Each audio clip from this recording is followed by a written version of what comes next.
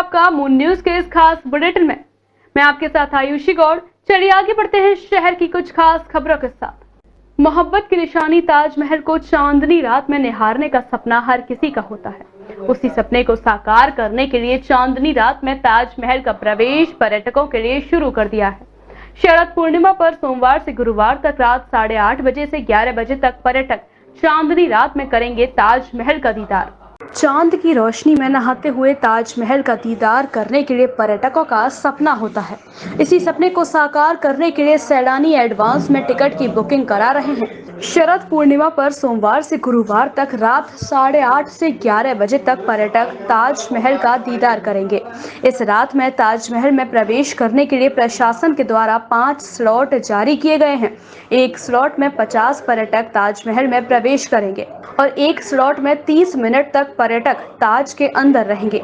ताजमहल की ticket window पर खड़े दिल्ली के पर्यटक ने बताया कि सुबह 8 बजे से लाइन में वह लगे हुए हैं, लेकिन दिन का 1 बज गया। अभी तक टिकट पर नंबर नहीं आया। जो कोई वीआईपी आ रहा है उसको टिकट विंडो के पीछे से दे दी जाती है, लेकिन पर्यटकों को इंतजार कराया जा रहा है। हालांकि अभी तक 3 स्लॉट के टिकट बुक हो चुके हैं। तो वहीं पर्यटक ने कहा कि आगे वाले स्लॉट में उनका नंबर आएगा या नहीं, ये भी पता नहीं। यहाँ लाइन में लगना पड़ता है। जी। तो यहाँ मैं सुबह 7 बजे से लाइन में लगवाऊँ, क्योंकि मेन चीज़ क्या है, इनके पास सिस्टम नहीं है और दूसरा वीआईपी कल्चर बहुत है। कोई आ रहा है कि आधिकारिक लेवल पे हूँ, पीछे से हाथ देता है। 150 टिकट 250 टिकट हो रहे हैं। 250 में से 100 टिकट तो वीआईपी के अंदर ही अंदर से हो जाते हैं। तो अब हम क्या करेंगे सुबह 7 बजे से लगकर? यानी 3-4 घंटे हो गए, उसके बाद 3-4 घंटे कहाँ सर, 7 से अब ये जोड़ लीजिए टाइम के 7 घंटे हो गए। तो अभी तक नहीं हुआ है? अभी तक नहीं है। अभी भी आप देख सकते हैं कि कितने दूर हूँ अभी भी मैं लाइन से, और अभी भी कोई कंफर्म नहीं है कि हमें टिकट मिलेगा। ठीक। कितनी देर से खड़ी हैं और क्या कर रहे हैं? सुबह से ही खड़े हैं यहाँ पे और ताजमहल के नाइट व्यू के लिए टिकट्स लेने के लिए। जी, कितनी देर हो गई? कई घंटे हो गए लाइन में खड़े हुए। तो क्या करना है कि अभी तक टिकट नहीं मिल पाया है? कह क्या सकते हैं, ऐसा मैनेजमेंट की प्रॉब्लम है सारी। मैनेजमेंट टिकट काउंटर्स वगैरह एक्स्ट्रा होने चाहिए ना, और यहाँ पर सर्वर भी बहुत डाउन है। मैनेजमेंट का कुछ गड़बड़ मालूम? यस सर, वो तो टोटली है। किसी को 5 टिकट मिल जाए, किसी को 10 मिल जाए। जब 5 की है लिमिट तो फिर 5 ही मिलने चाहिए ना, ज़्यादा नहीं मिलने चाहिए। ठीक। चांदनी रात में ताज के दीदार के लिए एडवांस टिकट बुकिंग की जा रही है, लेकिन पर्यटकों को काफी परेशानियों का सामना करना पड़ रहा है। सैकड़ों की संख्या में सैलानी टिकट की बुकिंग के लिए आए हैं, लेकिन वीआईपी की वजह से नंबर नहीं आ पा रहे। यूपी मेट्रो ने बसई मेट्रो स्टेशन पर बनाया रिकॉर्ड। 6 घंटों में 8 डबल टी गर्डर का परिनिर्माण कर उत्कृष्टता की मिसाल पेश की है। यूपी मेट्रो द्वारा रविवार रात्रि 1 बजे से बसई मेट्रो स्टेशन पर डबल टी गर्डर रखने का काम शुरू किया गया। इसके बाद सुबह 7 बजे तक 8 डबल टी गर्डर सफलतापूर्वक रख दिए गए। यूपी मेट्रो के प्रबंध निदेशक कुमार केशव कुमार ने इस बड़ी उपलब्धि के लिए आगरा मेट्रो टीम की सराहना की। यूपी मेट्रो ने बसई मेट्रो स्टेशन पर रिकॉर्ड 6 घंटों में 8 डबल टी गर्डर का परिनिर्माण कर उत्कृष्टता की मिसाल पेश की है। यूपी मेट्रो द्वारा रविवार रात्रि 1 बजे से बसई मेट्रो स्टेशन पर डबल टी गर्डर रखने का काम शुरू किया गया। इसके बाद सुबह 7 बजे तक 8 डबल टी गर्डर सफलतापूर्वक रख दिए गए। यूपी मेट्रो के प्रबंध निदेशक कुमार केशव ने इस बड़ी उपलब्धि के लिए आगरा मेट्रो टीम की सराहना की है। Uttar Pradesh metro rail corporation के प्रबंध निदेशक कुमार केशव ने कहा कि यूपी मेट्रो गुणवत्ता, सावधानी एवं सुरक्षा के सभी मानकों का पालन करते हुए तेज गति से काम करने के लिए प्रतिबद्ध है। उन्होंने कहा कि आगरा मेट्रो टीम ने 6 घंटों में 8 डबल टी गर्डर रखकर इसको प्रमाणित किया है। कुमार केशव ने कहा कि परियोजना शुरू होने के बाद से ही यूपी मेट्रो ने काम की गति को लगातार कायम रखा है, जिसके परिणाम स्वरूप शहरवासियों को निर्धारित समय में मेट्रो सेवा का लाभ मिल जाएगा। बता दें कि आगरा मेट्रो प्रायोरिटी कॉरिडोर के तीनों एलिवेटेड स्टेशन अब आकार लेने लगे हैं। प्रथम स्टेशन ताज ईस्ट गेट पर कॉन्कोर्स निर्माण के लिए सभी डबल टी गर्डर सफलतापूर्वक रख दिए गए हैं। गौरतलब है कि Uttar Pradesh metro rail corporation द्वारा लखनऊ मेट्रो का निर्माण रिकॉर्ड टाइम में पूरा कर उत्कृष्टता की मिसाल पेश की जा चुकी है। ताजनगरी में चोरों के हौसले बुलंद। दिन दहाड़े घर में चोरी की वारदात को दिया अंजाम। एमआईजी कोठी नंबर 38 में हुई चोरी की वारदात। रिटायर्ड आरटीओ कर्मी बीएलवीर उदय के घर हुई लाखों की चोरी। बंद घर का चोरों ने उठाया फायदा। थाना शाहगंज के फ्रेंड्स कॉलोनी की घटना। ताजनगरी में चोरी की घटनाएं कम होने का नाम नहीं ले रही और वहीं चोरों के हौसले भी बुलंद होते जा रहे हैं। चोर दिन दहाड़े घर में चोरी की वारदात को अंजाम दे रहे हैं। मामला थाना शाहगंज के फ्रेंड्स कॉलोनी का है, जहां चोरों ने दिन दहाड़े MIG कोठी नंबर 38 में चोरी की वारदात को अंजाम दिया और रिटायर्ड RTO कर्मी BL वीर उदय के घर लाखों की चोरी की वारदात को अंजाम दिया। फैला हुआ है। सारा सामान फैला हुआ है। तो कौन कौन सा सामान खोला उन्होंने? सामान तो 3 अलमारियां उन्होंने खोली हैं। अच्छा। जिसमें थोड़ा मतलब ज़्यादा तो बहुत नहीं, लेकिन 50,000 रुपया था। जगह जगह पे रखा था, 2-3 जगह पे, वो सब निकाल लिया। ज्वेलरी भी थी? ज्वेलरी एक तो चेन है जिसमें मोती लगे हुए हैं, वो गई है, और 4 चूड़ियाँ और 1 कान का। अच्छा जी। 2 घंटे में लौट के आए थे आप? जी हाँ, पूरा 2 घंटे में लौट कर आए हैं, और वो सामने बैठे हुए हैं। उनके से मैं कह के गई हूँ कि मैं अभी आती हूँ 2 घंटे में। अच्छा। और सिर्फ मैं 9:15 बजे घर से निकली हूँ, 9:30 बजे घर के अंदर आ गई। बेटी को ताजमहल दिखाने गए थे? हाँ जी, बेटी और दामाद और पोता। अच्छा। अंदर पहुंचे तो सारी अलमारियाँ टूटी पड़ी। दिन में ही चोरी होगी? दिन में बिल्कुल सुबह। अच्छा। 10 से 12 के बीच में। अच्छा। क्या क्या सामान चला गया? इसमें सामान लगभग मम्मी मत है कि उनके बैग में 40-50 हज़ार रुपये था, लगभग 50,000 मान लीजिए, और 4 चूड़ियाँ थी उनकी जो हाथों में पहनती थी, सोने की चेन थी, और 2-3 अंगूठियाँ थी। उनकी अनुमानित कीमत तो मम्मी को मालूम होगी, कीमत तो मुझे अंदाज नहीं, लेकिन काफ़ी भारी सामान था। पुराने लोग बता रखे अच्छा। कितनी देर में लौटे आई थी भैया से? ये 2 घंटे में लौटाए तो विदिन 2 आवर्स तो ये हो गया। अच्छा। पीड़ितों ने बताया कि पत्नी मालती देवी अपने बेटी और दामाद को ताजमहल दिखाने ले गई थी। इसी दौरान चोरों ने बंद घर का फायदा उठाया और लाखों रुपयों की चोरी की वारदात को अंजाम दिया। तो वहीं सूचना मिलने पर थाना पुलिस मौके पर पहुंच गई और जांच पड़ताल में जुट गई।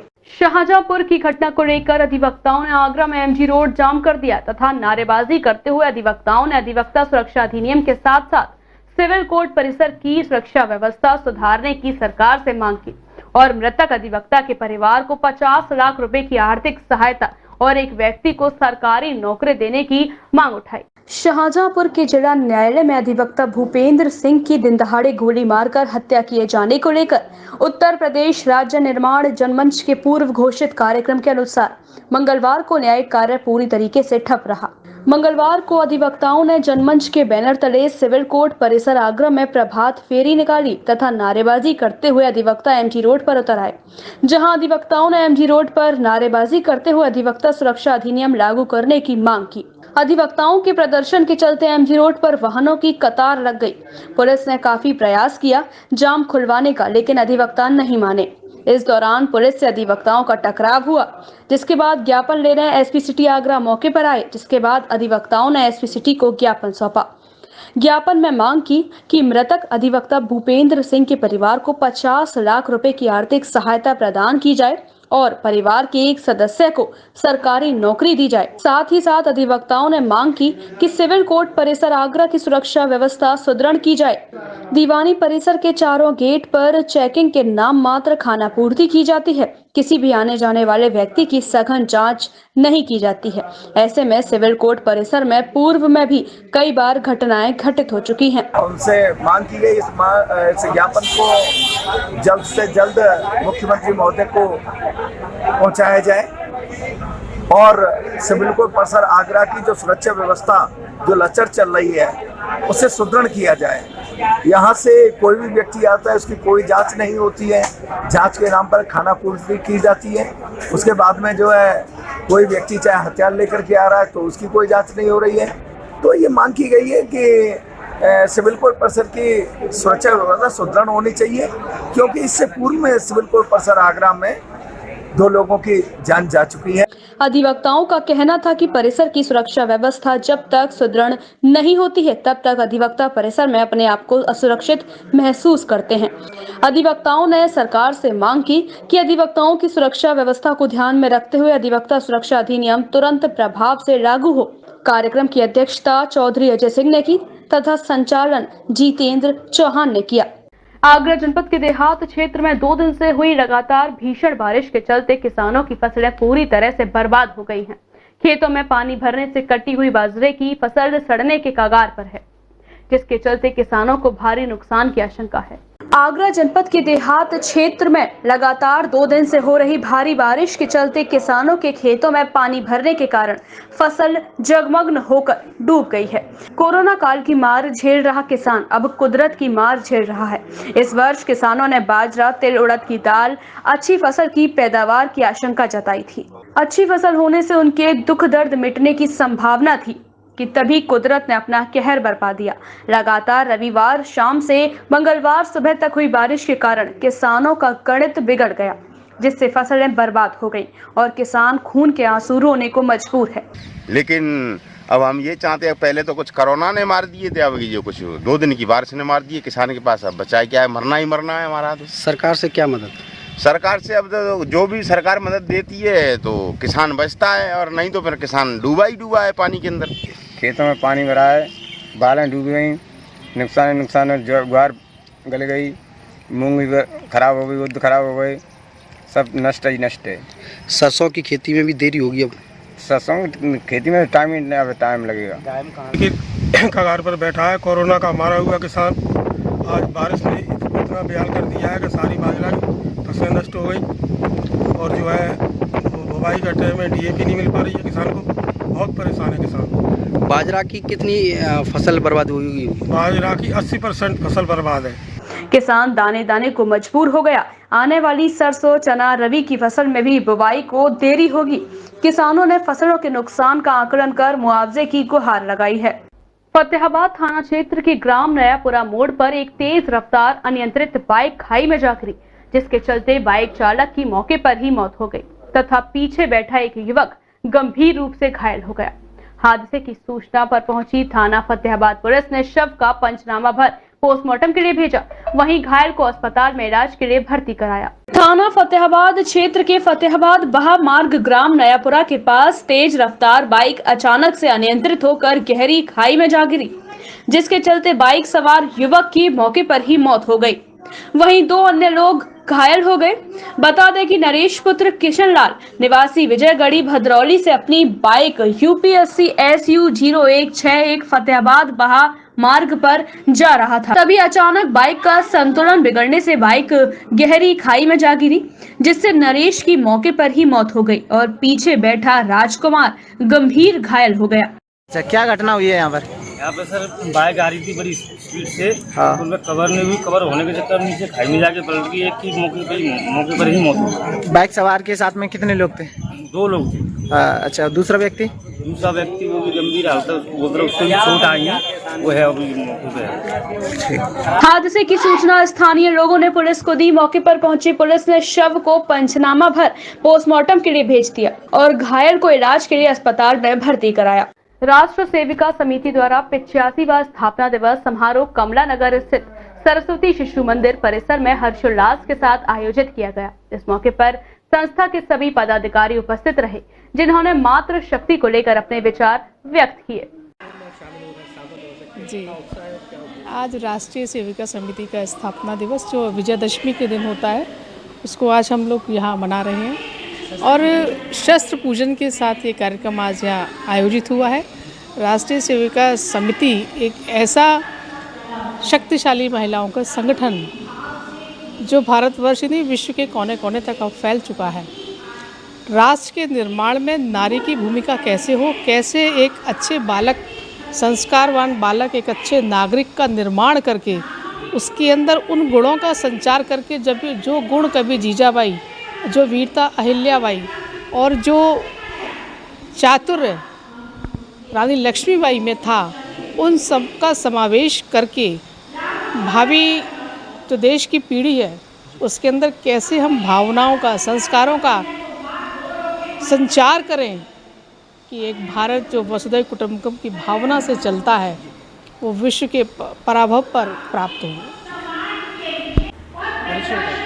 मैं श्रुति सिंघल, राष्ट्रीय सेविका समिति आगरा महानगर कार्रवाई का राष्ट्रीय सेविका समिति का ये स्थापना दिवस मनाया जा रहा है।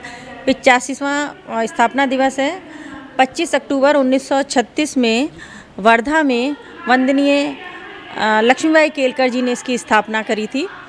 आज का दिवस हमारे लिए बहुत ही महत्वपूर्ण होता है क्योंकि देवी दुर्गा स्वरूपा ये हमारी नारियां स्वतः प्रेरित हो करके देश, समाज और राष्ट्र की रक्षा के लिए दिन भर अपना मनन करती हैं और किस तरीके से अपना जो भी कार्य होता है वो समाज को समर्पित करती हैं। साथ ही हम कुछ शस्त्र पूजन भी करते हैं अपनी आत्मरक्षा के लिए, जिसमें दंड, छुरिका, जिससे कि जो महिलाओं का एक स्वरूप है, एक आत्मरक्षा बल है, वो प्रबल होता रहे। मैं राधा शर्मा। इसका उद्देश्य यह है कि विजयदशमी का दिन, जो दिन असत्य पर सत्य की विजय का प्रतीक है, बुराई पर अच्छाई की विजय का प्रतीक है, उसी दिन को हमारी राष्ट्र सेविका समिति की आद्य संचालिका वंदनीय लक्ष्मीबाई केलकर जी ने चुना। इसलिए क्योंकि महिलाओं के अंदर, स्त्री शक्ति के अंदर ही वो शक्ति है कि वो समाज से बुराइयों का, समूल रूप से बुराइयों को नष्ट कर सके, जड़ से ख़त्म कर सके। इसलिए उस दिन उन्होंने महिलाओं के इस बहुत बड़े संगठन की स्थापना की और यह संगठन आज भारत देश में ही नहीं बल्कि विदेशों में भी यही समिति के कार्यों का प्रचार और प्रसार कर रहा है और महिलाओं को संगठित करने का कार्य कर रहा है, क्योंकि महिला स्वयं दुर्गा है, दुर्गा शक्ति उसके अंदर विद्यमान है और समाज से बुराइयों का नाश करने में केवल स्त्री शक्ति ही संपूर्ण रूप से इस काबिल है कि वो बुराइयों का नाश कर सके।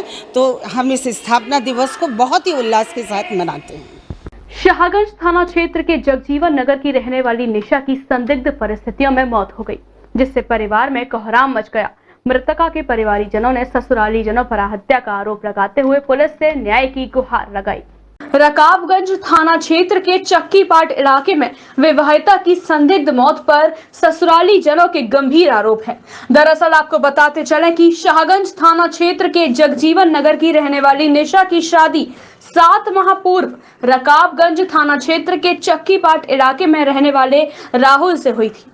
मृतका निशा के परिवारीजनों का आरोप है कि शादी के 1 माह बाद से ही गृह कलेश शुरू हो गया था, जिसको लेकर लगातार निशा का उत्पीड़न किया जा रहा था। मामला बीती रात का है, जब निशा के मायका पक्ष के लोग बताते हैं कि निशा और उसके पति को लेकर विवाद हो गया और विवाद के बाद बीती रात को निशा को तीसरी मंजिल से फेंक दिया गया, जिसके बाद निशा की मौत हो गई। निशा के भाई और उनके परिवार के लोगों ने पति राहुल सहित राहुल के परिवार के सदस्यों पर गंभीर आरोप लगाए हैं। रोहित, क्या हुआ आपकी बहन के साथ? सर, मेरी बहन का मर्डर किया गया है। कैसे? उसको छत से गिरा के ये बोल रहे हैं कि छत से अपने आप कूदी। अच्छा, कहाँ से, कितनी मंजिल से गिरी? 3 मंजिल से। अच्छा, तो मर्डर क्यों किया होगा? क्या सर, ये है कि ये लोग दहेज के लिए टॉर्चर कर रहे थे कि ये हमें ये चाहिए, वो चाहिए। और जिस दिन से वो गई है उसको इतना टॉर्चर किया गया है कि एक भी दिन उसको सुकून से रहने नहीं दिया उन लोगों ने। अच्छा, ये शादी कब हुई थी? 7 महीने पहले, मार्च में। 7 महीने पहले इसके में ही ऐसी विवाद शुरू हो गया? जी। क्या? 1 महीने से हो गया था, स्टार्टिंग का जो 1 महीना था उसी में स्टार्ट हो गया था। अच्छा, तो घर में आपको कैसे मालूम पड़ा? सर, मुझे सडनली कल रात को पता चला है कि कॉल किया गया मेरे पास कि आपकी बहन छत से गिर गई है और आप आ जाओ हॉस्पिटल। अच्छा जी। तो चोट कहाँ दिखाई दे रही है? सर में छोटे से पीछे की साइड में, जबकि ऐसा कुछ वो नहीं हो रहा है कि ये छत से गिरी है। अच्छा, फिर ऐसा लग रहा है कि किसी ने रॉड वगैरह से किसी मारी छत से सर में। अच्छा है जी। तो खून वगैरह नीचे नहीं दिखा? सिर्फ इंटरनल ब्लीडिंग हो रही है, नाक में से, मुँह में से और कान में से। अच्छा। और कहीं उसको डैमेज नहीं हुई। जहां मृतका निशा के परिवार के लोगों के राहुल एवं उसके परिवार के लोगों पर गंभीर आरोप हैं, तो वहीं निशा की नंद और राहुल की बहन इस पूरे मामले में कहती हैं कि पति पत्नी के बीच विवाद हुआ था और निशा लगातार राहुल को उनके परिवार से अलग करना चाहती थी, जिसको लेकर विवाद चल रहा था। बीती रात को निशा खुद छत से कूद गई थी, जिसके बाद परिवार के लोग निशा को तुरंत अस्पताल ले गए, मगर तब तक चिकित्सकों ने उन्हें मृत घोषित कर दिया। कुछ नहीं, बस नॉर्मल झगड़ा ही हो रहा था और तो कुछ नहीं था। फिर कुछ नहीं, हम लोग ऊपर थे रात के 3:30 बजे तक। हम भी थे, उनके भैया भी थे, उनके जिया जी भी थे। फिर वो लोग अपने घर के लिए निकल गए। हम लोग नीचे आ गए। भैया क्या सो रहे थे। अच्छा। भैया को नींद आ गई तो भैया सो गए। हम लोग सिर्फ नीचे आके बैठे ही थे। इतने में हमने आवाज़ सुनी कि इधर कुछ गिरने की आवाज़ आई है, तो हम लोग तुरंत यहाँ पर आए, बाहर निकल। अच्छा, क्या देखा आपने? फिर हमने यही देखा कि भाभी पड़ी हुई थी, तो हम उनको तुरंत ही ऑन द स्पॉट उनको लेके भागे हॉस्पिटल, RS हॉस्पिटल में। अच्छा जी। वहाँ लेके गए तो उन लोगों ने 10 मिनट तक तो बोला कि नहीं कुछ नहीं कुछ नहीं, फिर उन लोगों ने बोला कि नहीं अब कुछ नहीं हो सकता। अच्छा जी। ऊपर से गिर गई कि धक्का दे दिया? नहीं गिरी थी, धक्का तो कोई नहीं दे सकता, क्यों देने लगे, हमको कोई शौक थोड़ी है। अरे खून का निशान नहीं है इनके? वो खून का निशान इसलिए नहीं है क्योंकि हम लोग तो जा चुके थे, घर में ज्यादा मेंबर तो है नहीं है, सिर्फ एक मैं हूँ, मम्मी है, भैया भाभी थे। अच्छा। और पता नहीं पानी किसी ने डाल दिया, क्योंकि खून किसी से भी नहीं देखा जाता, कहीं पे भी खून पड़ा हो तो कोई भी डाल ही देता है। तब विवाद किस बात पे चल रहा था पति पत्नी? बात तो उनका ये था कि मैंने शादी आपसे की है, मैंने आपके घर वालों से शादी नहीं की है, तो मेरा रिश्ता आपसे है, आपके घर वाले गड्ढे में जाए चाहे कुएं में जाए, मुझे किसी से कोई मतलब नहीं। घटना की जानकारी होते ही थाना रकाबगंज पुलिस मौके पर पहुंच गई। मृतका के शव को पोस्टमार्टम गृह भेजा गया। मृतका के परिवारीजनों पर थाना रकाबगंज पुलिस ने तहरीर लेकर कार्यवाही का आश्वासन दिया है, पर अब देखना होगा कि मृतका की पोस्टमार्टम रिपोर्ट में क्या कुछ सामने आ पाता है। ताजनगरी आगरा में ईद मिलादुन्नबी को धूमधाम से मनाया गया। कोरोना महामारी के चलते प्रशासन द्वारा जुलूस की अनुमति न मिलने से कुछ निराशा जरूर हुई, बावजूद इसके लोगों के जोश में कोई कमी नहीं देखी गई। सभी ने इस मुबारक मौके पर देश में अमन चैन की दुआ करते हुए सभी को शुभकामनाएं भी दी। पूरी दुनिया में सद्भाव, आपसी भाईचारा और शांति का पैगाम देना, इंसानियत का पैगाम देना, ये इस्लाम का फरीज़ा है। पूरे दुनिया के इस्लाम के मानने वाले लोग आज पूरी रिवायतों के साथ कुरान खानी, मिलाद शरीफ और अपनी जो भी और मुस्लिम रिवायतें हैं उसके मुताबिक इस जश्न को मना रहे हैं। हम अल्लाह ताला से दुआ करते हैं कि हमारे मुल्क में अमन व अमान बना रहे, आपसी भाईचारा बना रहे, शांति बना रहे, हमारा देश विकास के रास्ते पर आगे चले और सभी लोगों का इसमें सहयोग हो, जिससे हम आगे विश्व गुरु बन सकें, ऐसी हम कामना करते हैं। और एक बार पुनः ईद मिलादुन्नबी की सभी देशवासियों को, प्रदेशवासियों को, आगरा वासियों को मुबारकबाद पेश करते हैं। मैं यही कह चाहूँगा, इस्लाम के मानने वाले लोग पूरी दुनिया के अंदर आज जश्न ईद मिलादुन्नबी मना रहे हैं। बदकिस्मती से हिंदुस्तान के अंदर कोरोना होने के कारण जो 2 साल से जुलूस मोहम्मदी नहीं निकल पा रहे हैं, दिल के अंदर बहुत अरमान है, लेकिन आने वाले साल के अंदर इंशाल्लाह अल्लाह से इस साल ये दुआ की जा रही है कि कोरोना महामारी को ख़त्म किया जाए और आने वाले साल के अंदर इंशाल्लाह जुलूस बड़े अमन और अमान के साथ निकले, हमारे देश के अंदर अमन और शांति रहे। भाई यही पैगाम देना चाहूँ। क्या नाम है, ये 12वीं सलीब दुनिया में मनाई जाती है, पूरी दुनिया में मनाती है। और ये अपने इस्लाम तो मानने वाले, इन्होंने दीन फैलाया और मुसलमान तो ईमान लाए। हम चाहते हैं हिंदुस्तान में खुशहाली के लिए दुआ मनाई जाए, हिंदू भाई मुसलमान भाई सब मिलते भाईचारा बनाएं और संदेश अच्छा यार, देसी प्रदेशी तो मुबारकबाद देते हैं हम, और भाईचारा बनाए, कोरोना के चक में जुलूस नहीं मनाए।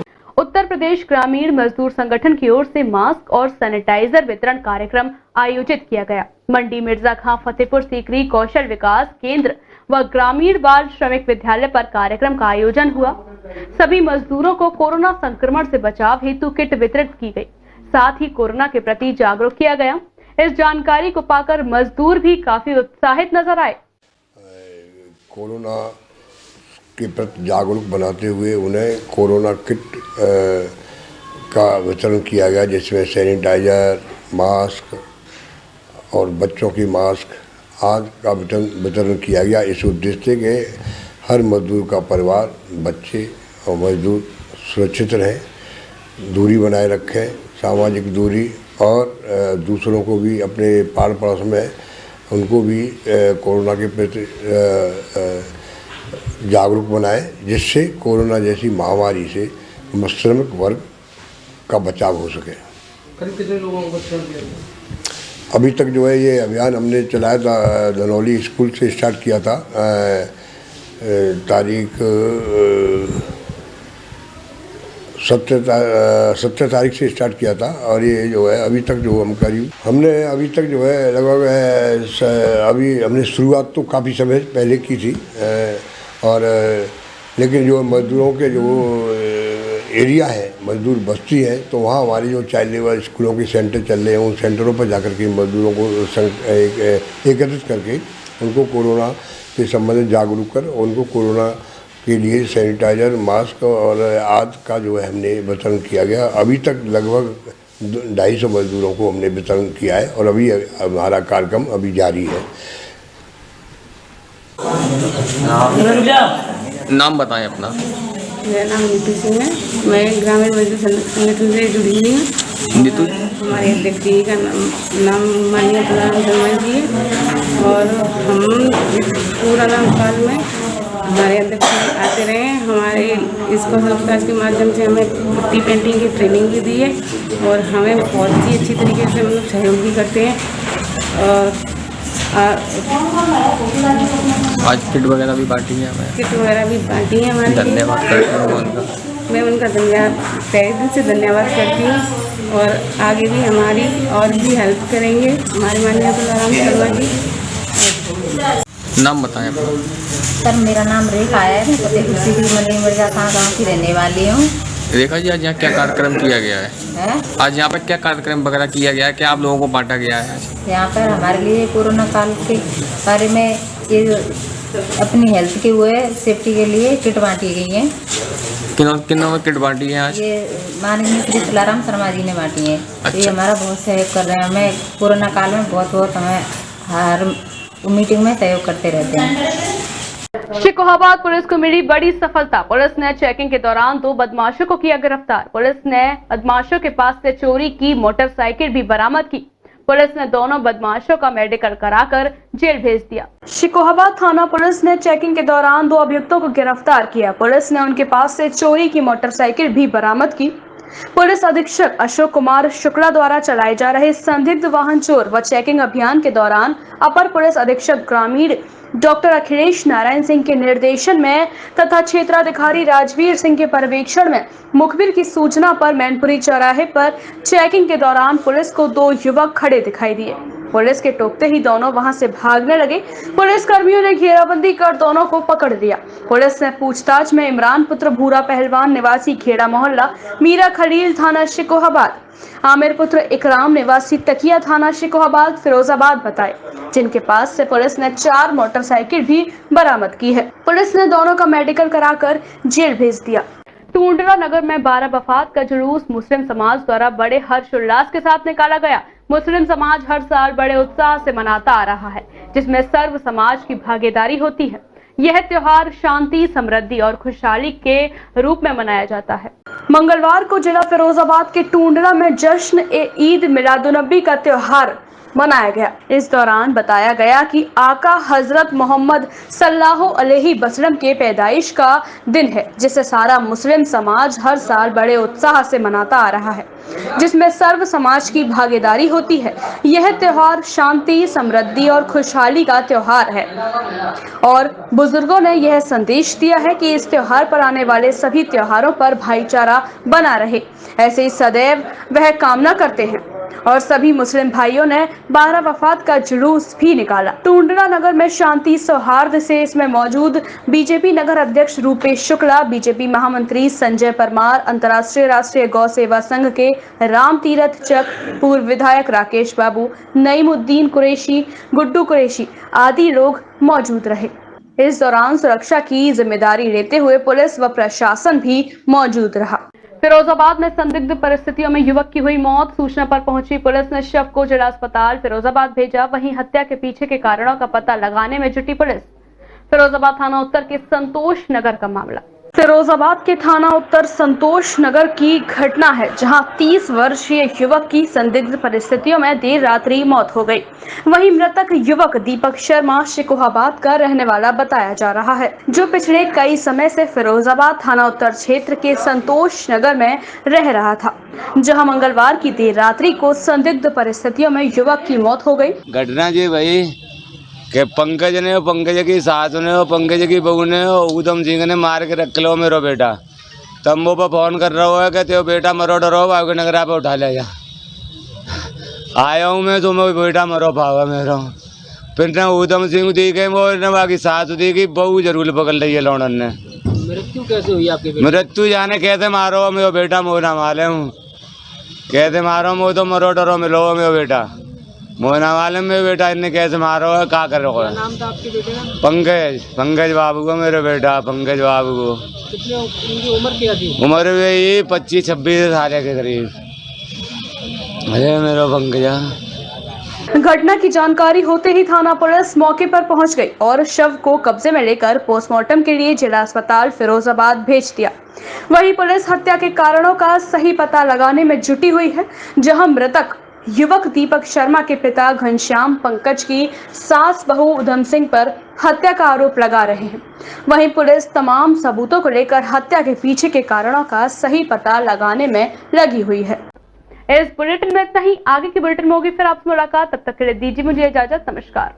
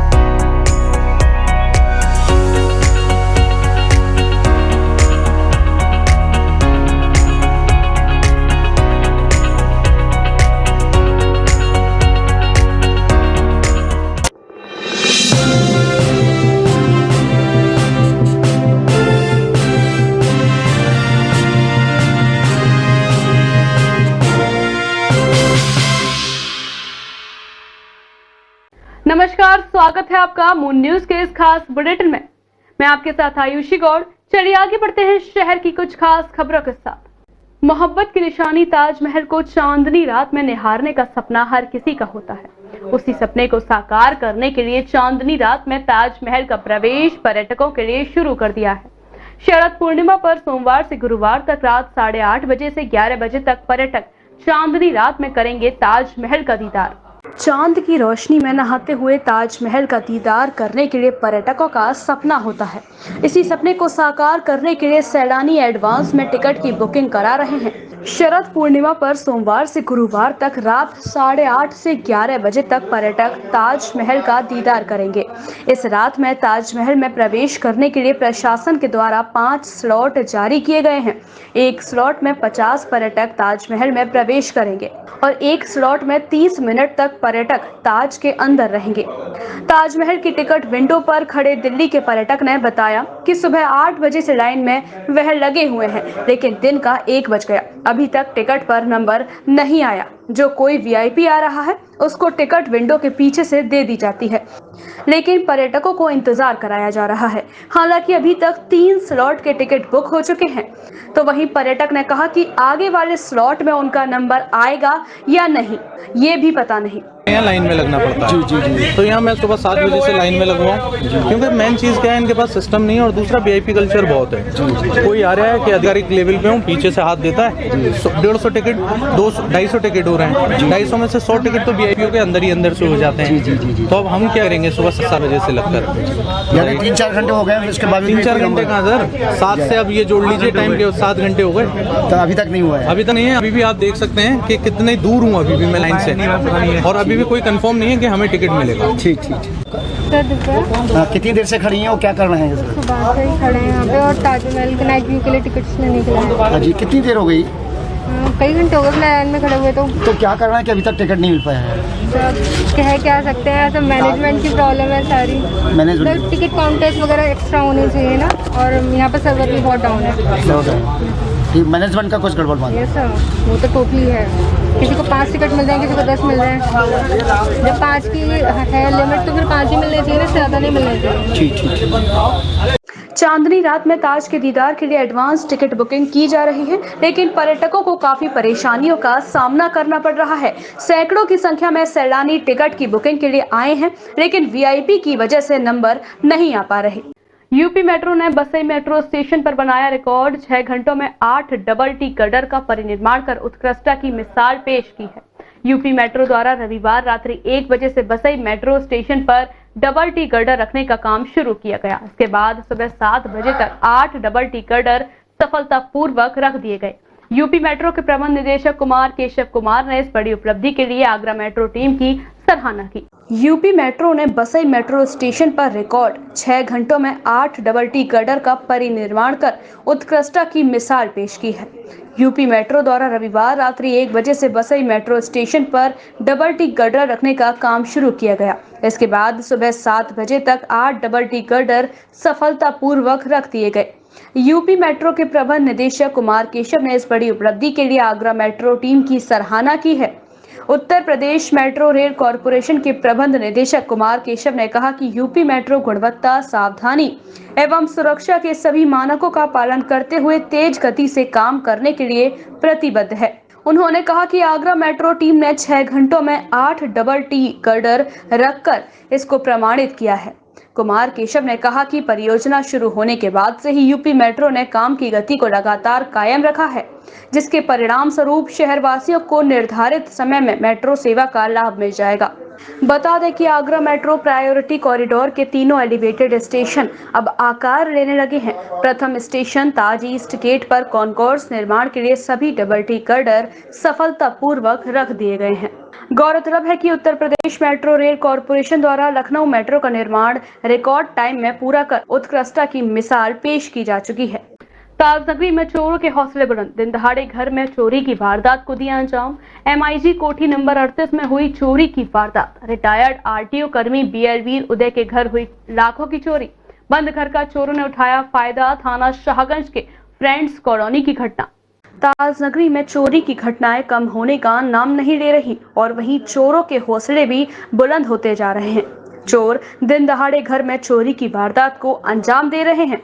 मामला थाना शाहगंज के फ्रेंड्स कॉलोनी का है, जहां चोरों ने दिन दहाड़े MIG कोठी नंबर 38 में चोरी की वारदात को अंजाम दिया और रिटायर्ड RTO कर्मी BL वीर उदय के घर लाखों की चोरी की वारदात को अंजाम दिया। फैला हुआ सारा सामान फैला हुआ। तो कौन कौन सा सामान खोला उन्होंने? सामान तो 3 अलमारियां उन्होंने खोली हैं। अच्छा। जिसमें थोड़ा मतलब ज्यादा तो बहुत नहीं, लेकिन 50,000 रुपया था।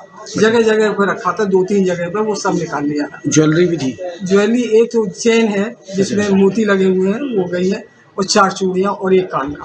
अच्छा जी। 2 घंटे में लौट के आए थे आप? जी हाँ, पूरा 2 घंटे में लौट कर आए हैं और वो सामने बैठे हुए हैं। उनके मैं कह के गई हूँ कि मैं अभी आती हूँ 2 घंटे में। अच्छा। और सिर्फ मैं 9:15 बजे घर से निकली हूँ, 9:30 बजे घर के अंदर आ गई। बेटी को ताजमहल दिखाने गए थे? हाँ जी, बेटी को, दामाद और पोता। अच्छा। अंदर पहुंचे तो सारी अलमारियाँ टूटी पड़ी। दिन में ही चोरी हुई? दिन में बिल्कुल सुबह।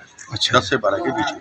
अच्छा। क्या क्या सामान चला गया? इसमें सामान लगभग मम्मी मछली है कि उनके बैग में 40-50 हज़ार रुपये था, लगभग 50,000 मान लीजिए। और 4 चूड़ियाँ थी उनकी जो हाथों में पहनती थी, सोने की चेन थी और 2-3 अंगूठियाँ थी। उनकी अनुमानित कीमत मम्मी को मालूम होगी, कीमत में मुझे अंदाज नहीं, लेकिन काफ़ी भारी सामान था। पुराने लोग रखते हैं। कितनी देर में लौट आई थी भैया? ये 2 घंटे में लौटा तो विदिन 2 आवर्स तो ये हो गया। अच्छा। पीड़ितों ने बताया कि पत्नी मालती देवी अपने बेटी और दामाद को ताजमहल दिखाने ले गई थी। इसी दौरान चोरों ने बंद घर का फायदा उठाया और लाखों रुपयों की चोरी की वारदात को अंजाम दिया। तो वहीं सूचना मिलने पर थाना पुलिस मौके पर पहुंच गई और जांच पड़ताल में जुट गई। शाहजहांपुर की घटना को लेकर अधिवक्ताओं ने आगरा में MG रोड जाम कर दिया तथा नारेबाजी करते हुए अधिवक्ताओं ने अधिवक्ता सुरक्षा अधिनियम के साथ साथ सिविल कोर्ट परिसर की सुरक्षा व्यवस्था सुधारने की सरकार से मांग की और मृतक अधिवक्ता के परिवार को 50 लाख रुपए की आर्थिक सहायता और एक व्यक्ति को सरकारी नौकरी देने की मांग उठाई। शाहजहांपुर के जिला न्यायालय में अधिवक्ता भूपेंद्र सिंह की दिन दहाड़े गोली मारकर हत्या किए जाने को लेकर उत्तर प्रदेश राज्य निर्माण जनमंच के पूर्व घोषित कार्यक्रम के अनुसार मंगलवार को न्यायिक कार्य पूरी तरीके से ठप रहा। मंगलवार को अधिवक्ताओं ने जनमंच के बैनर तले सिविल कोर्ट परिसर आगरा में प्रभात फेरी निकाली तथा नारेबाजी करते हुए अधिवक्ता MG रोड पर उतर आए, जहां अधिवक्ताओं ने MG रोड पर नारेबाजी करते हुए अधिवक्ता सुरक्षा अधिनियम लागू करने की मांग की। अधिवक्ताओं के प्रदर्शन के चलते MG रोड पर वाहनों की कतार लग गई। पुलिस ने काफी प्रयास किया जाम खुलवाने का, लेकिन अधिवक्ता नहीं माने। इस दौरान पुलिस से अधिवक्ताओं का टकराव हुआ, जिसके बाद ज्ञापन लेने SP सिटी आगरा मौके पर आए, जिसके बाद अधिवक्ताओं ने SP सिटी को ज्ञापन सौंपा। ज्ञापन में मांग की कि मृतक अधिवक्ता भूपेंद्र सिंह के परिवार को 50 लाख रुपए की आर्थिक सहायता प्रदान की जाए और परिवार के एक सदस्य को सरकारी नौकरी दी जाए। साथ ही साथ अधिवक्ताओं ने मांग की कि सिविल कोर्ट परिसर आगरा की सुरक्षा व्यवस्था सुदृढ़ की जाए।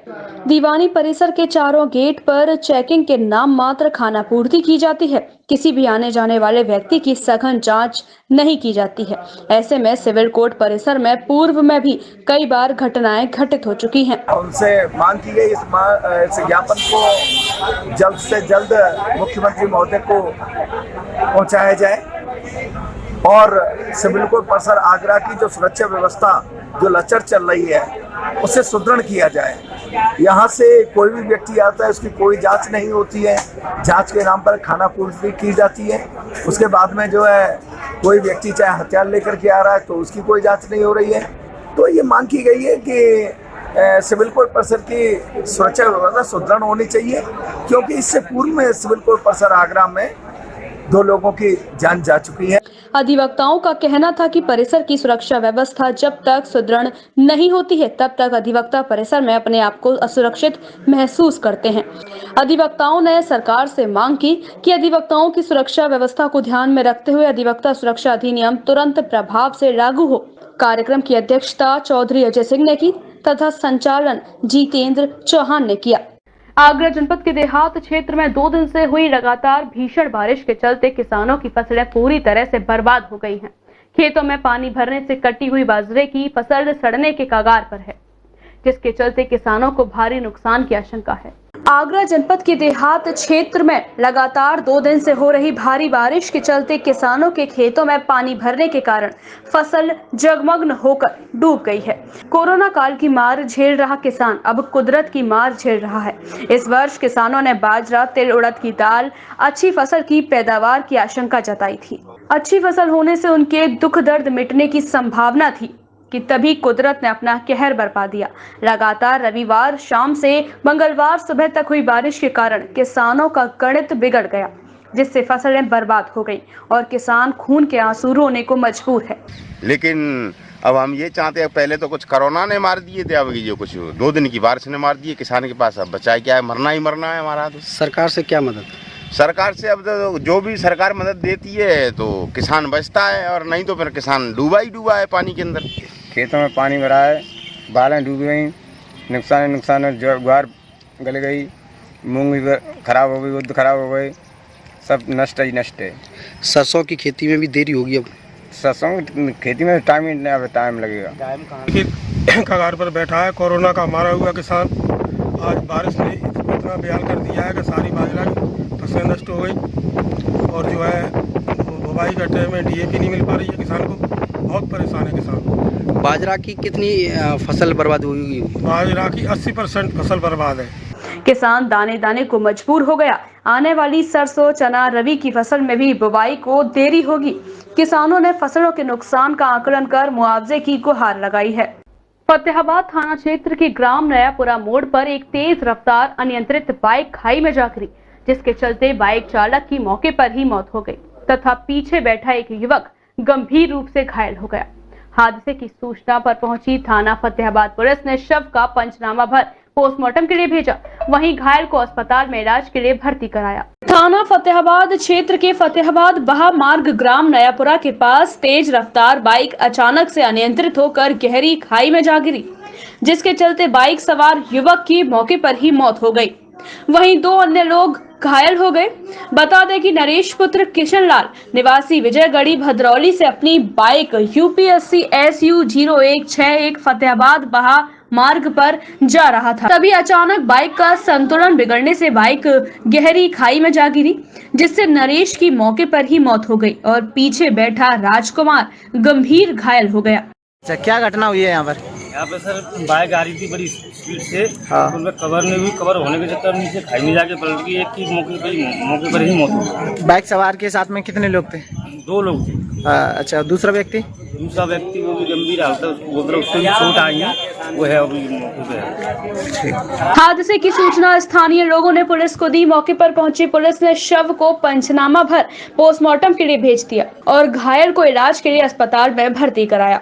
राष्ट्र सेविका समिति द्वारा 85वां स्थापना दिवस समारोह कमला नगर स्थित सरस्वती शिशु मंदिर परिसर में हर्षोल्लास के साथ आयोजित किया गया। इस मौके पर संस्था के सभी पदाधिकारी उपस्थित रहे, जिन्होंने मातृ शक्ति को लेकर अपने विचार व्यक्त किए। जी, आज राष्ट्रीय सेविका समिति का स्थापना दिवस जो विजयदशमी के दिन होता है, उसको आज हम लोग यहाँ मना रहे हैं और शस्त्र पूजन के साथ ये कार्यक्रम आज यहाँ आयोजित हुआ है। राष्ट्रीय सेविका समिति एक ऐसा शक्तिशाली महिलाओं का संगठन जो भारतवर्ष ही नहीं विश्व के कोने कोने तक अब फैल चुका है। राष्ट्र के निर्माण में नारी की भूमिका कैसे हो, कैसे एक अच्छे बालक, संस्कारवान बालक, एक अच्छे नागरिक का निर्माण करके उसके अंदर उन गुणों का संचार करके, जब जो गुण कभी जीजाबाई, जो वीरता अहिल्याबाई और जो चातुर्य रानी लक्ष्मीबाई में था, उन सब का समावेश करके भावी जो देश की पीढ़ी है उसके अंदर कैसे हम भावनाओं का, संस्कारों का संचार करें कि एक भारत जो वसुधैव कुटुंबकम की भावना से चलता है वो विश्व के पराभव पर प्राप्त हो। मैं श्रुति सिंघल, राष्ट्र सेविका समिति आगरा महानगर कार्रवाई राष्ट्र सेविका समिति का ये स्थापना दिवस मनाया जा रहा है। 85वां स्थापना दिवस है। 25 अक्टूबर 1936 में वर्धा में वंदनीय लक्ष्मीबाई केलकर जी ने इसकी स्थापना करी थी। आज का दिवस हमारे लिए बहुत ही महत्वपूर्ण होता है क्योंकि देवी दुर्गा स्वरूपा ये हमारी नारियां सदैव प्रेरित हो करके देश, समाज और राष्ट्र की रक्षा के लिए